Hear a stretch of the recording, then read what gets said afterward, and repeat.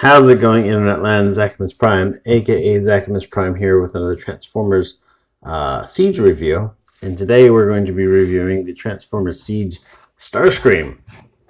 Starscream is a Voyager class figure from the Transformers Siege line, and he's okay. He's okay. I'm gonna definitely say that he's okay. Definitely not the worst figure of the line, but not like astounding either. But he's a good addition to it. He fits the aesthetic and the concept really, really well. But yeah, so here he is in his robot mode. He looks very, like the rest of the Siege line, he looks very G1-ish. And it's a good look, man. I love all the surface detailing greebles they've been putting all over these figures. And even though none of these features get used the way they do on the G1 Starscream, they're all there and they all look good.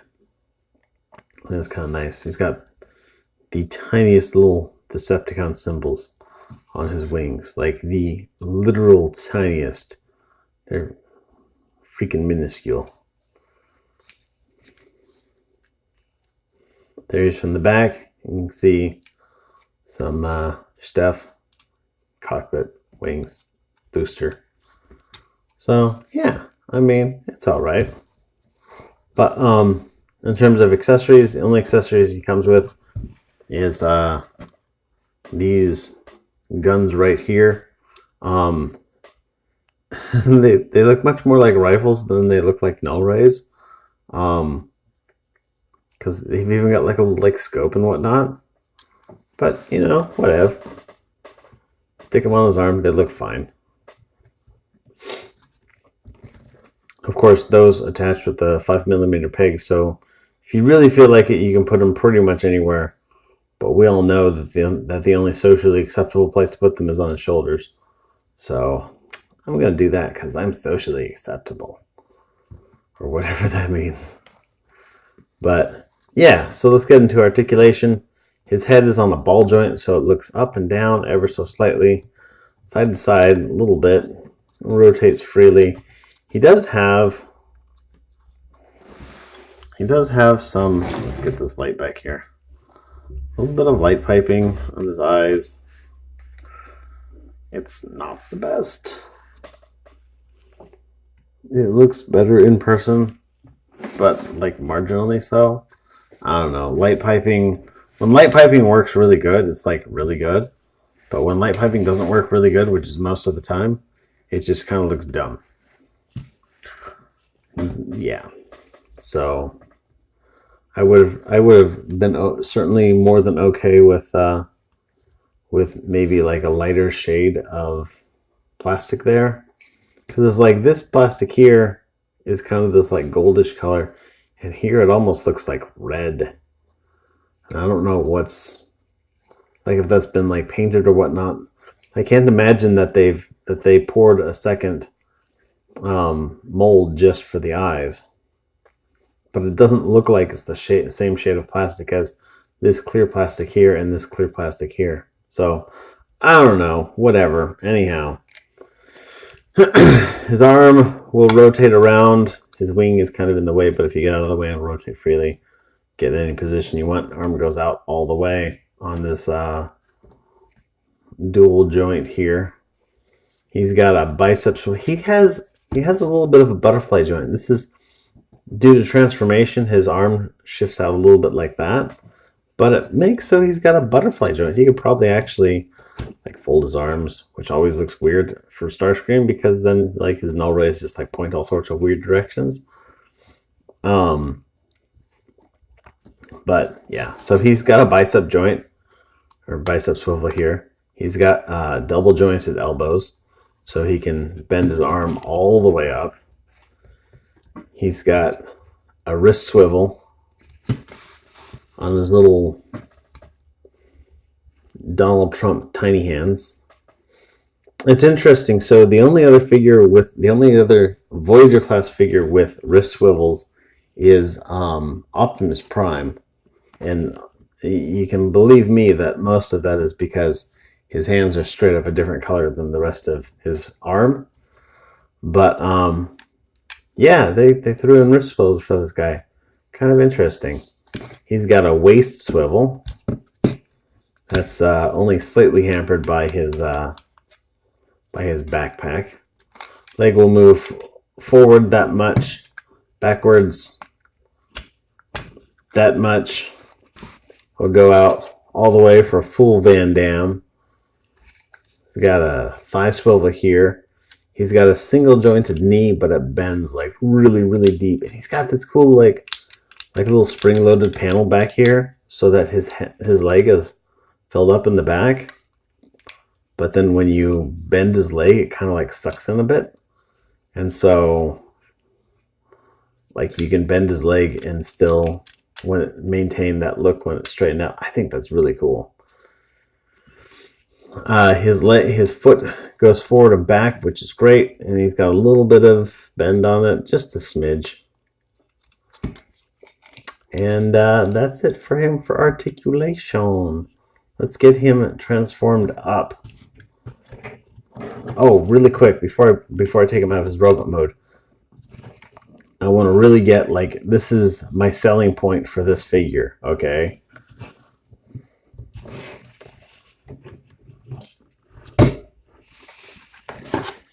Is when you get the whole, like, Decepticon team, like, put out, like, this is the selling point for this figure. This is the reason why you pick up one of these. That's actually the reason why you pick up one of these. Like, this is a really good Shockwave, but for $50, that's kind of a steep price for what you get out of this package. But this is such a good looking crew. Like, this is going to look great on the shelf. For sure.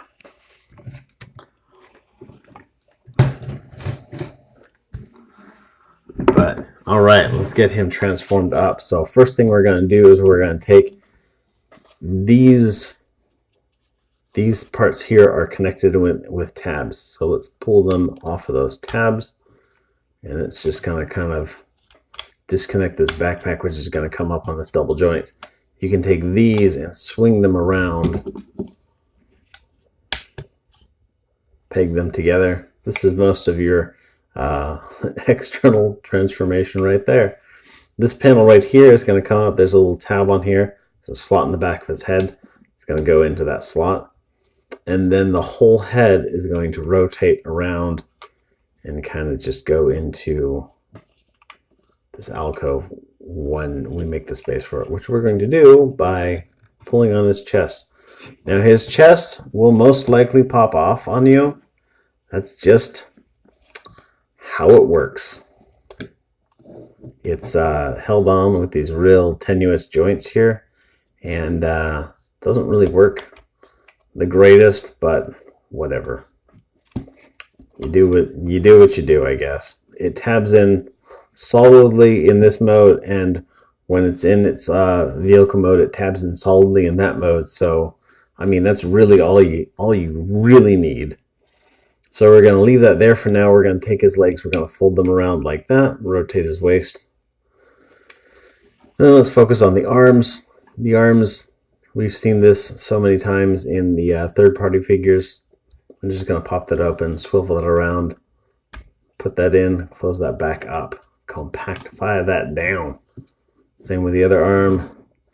Open, swivel, double joint, close, compactification complete.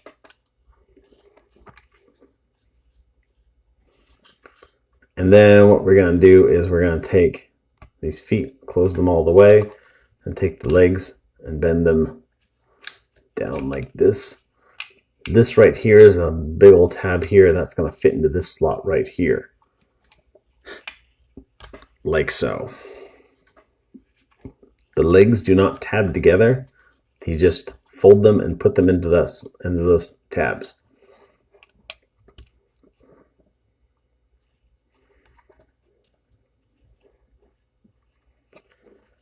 Now everything's starting to fall into place. We're going to take this on this little double joint here. We're going to fold this all the way down until this part touches base with your legs here, and then this is going to fold in. There's a tab here that's going to go into these slots here, and then this tab is going to tuck underneath the edge of this. So you may want to tuck that under first because it's going to be a little bit more challenging to tuck in after. And then you just kind of plug those in and do the same with the other side.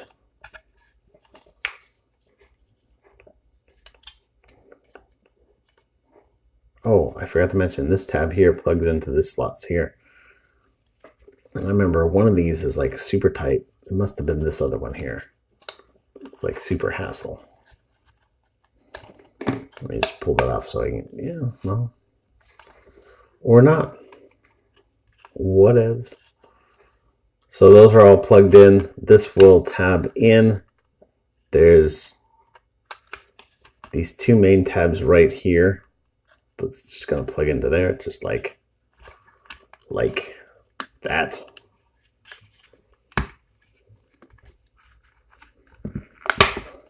And this is going to come down and slide in.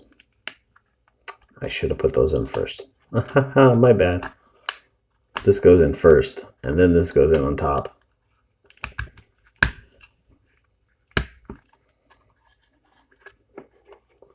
I took this null ray off for just so I can have better access to his arm, but you can keep them on for the whole transformation. And there you go. Now you are ready to recreate your favorite scene from Battlestar Galactica. I mean, the first episode of Transformers G1. So this is the Tetrajet, and I mean, it doesn't quite look like the Tetrajet from G1, but you know what? It's actually the most passable one that we've got. Technically, the Transformers Cybertron or Transformers Galaxy Force Starscream was a Tetrajet mode, based loosely off of the War Within Starscream. But this has got a more distinct Tetrajet-ish look. I don't know. I think that the angles are all kind of weird to really pull off that Tetrajet look. Like literally, I look at this and I see that ship from Battlestar Galactica. That's really all I get from it. There's his chest just hanging out there on the back, looking ridiculous. I guess you can imagine that these are thrusters as well. So maybe he's got like 5 thrusters on it at 7. So he's all thrustered up. But yeah, he kind of falls into the category of like basically if you look at this figure, he's got, if you were to take this apart, actually, you know what? Oh, it doesn't actually come out. It almost feels like you can just pull it off. But like if you disconnect it right here at this joint here, then like one half of him is just straight up a jet, and the other half of him is just straight up a robot. So there you go, I guess. It always makes me chuckle when the Transformers do that. They're like, yeah, we're not really going to integrate the alt mode into his robot mode or vice versa. They're just going to be completely separate even when they transform. But I think his robot mode looks great. His alt mode, personally, I feel is a little lackluster, but I know that a lot of people really like it. So, especially from this mode, it looks pretty decent. From this mode, maybe not so much.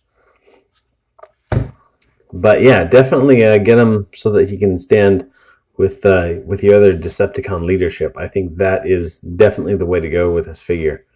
But I think that's pretty much about all I can ramble about this figure. Thanks everybody for watching. You guys are all awesome. Go ahead and comment, like, subscribe, share it with your buddies, tell your friends. And thanks everybody for watching. You guys rock. Be good to each other, and I'll see you later.